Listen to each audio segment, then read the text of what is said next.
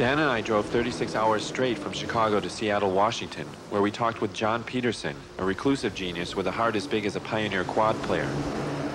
We asked Mr. Peterson to show us his unique techniques for repairing 8-track tapes gone awry.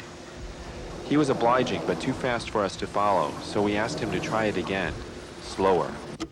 Take a pair of scissors, one end, and bust off the locking tabs.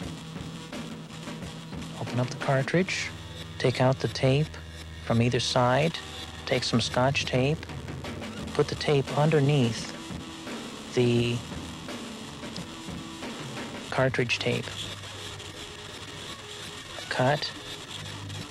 William Lear of Learjet fame is partially responsible for the stickiest tape failure, the malevolent melting pinch roller.